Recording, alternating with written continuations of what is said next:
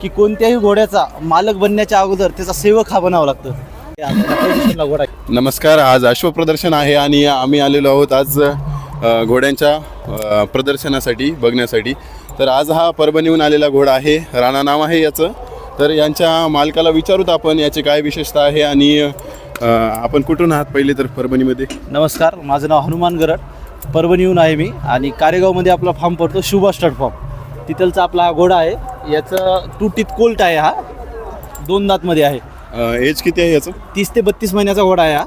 आणि याची हाईट जी आहे ही 65 इंच आहे.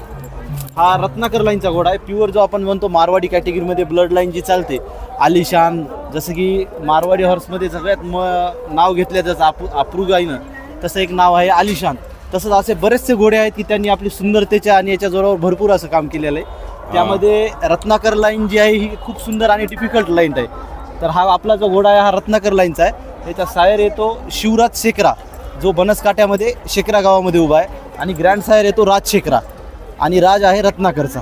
आता याचं कोणत्या शोमध्ये हा विनर आहे का? हो, हा मिल टीथमध्ये आणि 2 टीथमध्ये एक तीन शो विनर आहे. देवगडला फर्स्ट आहे आणि पुन्हा अकलूज सेकंड थर्ड आहे.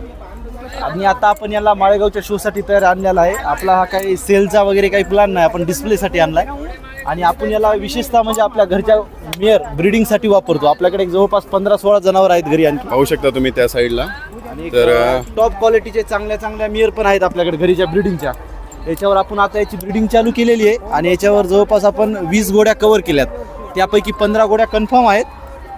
5 घोड्यांचं कमी कालावधीच्या असल्यामुळे आणखी त्या कन्फर्म झाल्या नाहीत.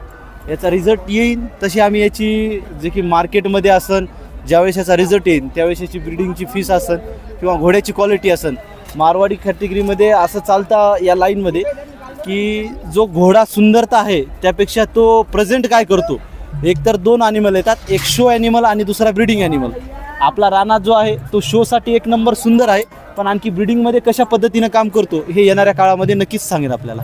आता याची केअर कशी घेता? जसं की तुम्ही याला आहार कोणता वापरताय? हे सिंपल जे सगळ्या घोड्यांसाठी जे आहे तेच रानासाठी पण असतं. विशेषतः असं वेगळं काही नाही, पण काळजी अशी विशेषतः घोड्याची घ्यावीच लागते. घोड्यामध्ये एक खूबी आहे, जसं की असं म्हणतात की कोणत्याही घोड्याचा मालक बनण्याच्या अगोदर त्याचा सेवक हा बनावा लागतो.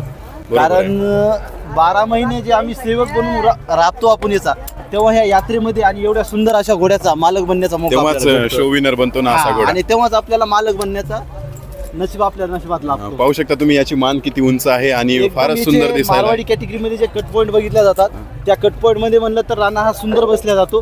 जसं की याची नेक आहे, नेक म्हणजे मानण्याचा जे भाग आहे हे एकदम लांब आणि पतला आहे. कानामध्ये सुंदरता आहे. कान कसे आहेत ते बघा. चेहरा एकदम लांब आणि पतला आहे. जे की पाठीमागे याची कट पॉईंट आहे एकदम असा लांबलचक घोडा. छातीचे चेक्स असतात, पायामध्ये सुंब असतात. हे एकदम मजबूतमध्ये आहे, कारण हा ब्रीडिंगमध्ये पण एक नंबर काम करेन अशा हिशोबाची आमची आशा आहे. मारवाडी अश्व कसा असतो आणि जो की ब्रीडिंगसाठी अश्व कसा लागतो स्टॅलियन, तो आपण दाखवण्यासाठी हा राणा आणलेला आहे. फारच सुंदर असा मारवाडी घोडा आहे परभणीचा. राणा म्हणून याचं नाव आहे आणि पाहताच सर्वांचं आकर्षण बनलेलं आहे. याची एक विशेषता म्हणजे अशी आहे की जे 100 घोड्यामधून जी की आपण बालभौरी बघतो ती सापडणार नाही, अशी याची खासियत ही आहे की याचे लक्ष्मी कदम आहे. म्हणजे याचे समोरचे 2 पाय सफेद पाहू शकता आणि माथ्यावर पान आहे. म्हणजे हा सरासरी घोडा असा सापडणार नाही आपल्याला. मी तुम्हाला दाखवतो जवळून. आणि फक्त माथ्यावर फुल आहे, हा लक्ष्मी कदम आहे. आणि बाकी कुठेही तुम्हाला पांढरा स्पॉट मिळणार नाही या 2 जागेवर सोडलं तर अशाच नवीन व्हिडिओसाठी तुम्ही आम्हाला फॉलो करू शकता. आणि माळेगावची यात्राची पूर्ण कव्हरेज पाहायची असेल तर लाईक, शेअर आणि सबस्क्राईब करा आणि फॉलो करायला विसरू नका. एक वेळेस आपलं नाव? माझं नाव हनुमान गरड. आपला नंबर 86 00 89 59 25. चला भेटूया अशाच एखाद्या नवीन व्हिडिओ सोबत.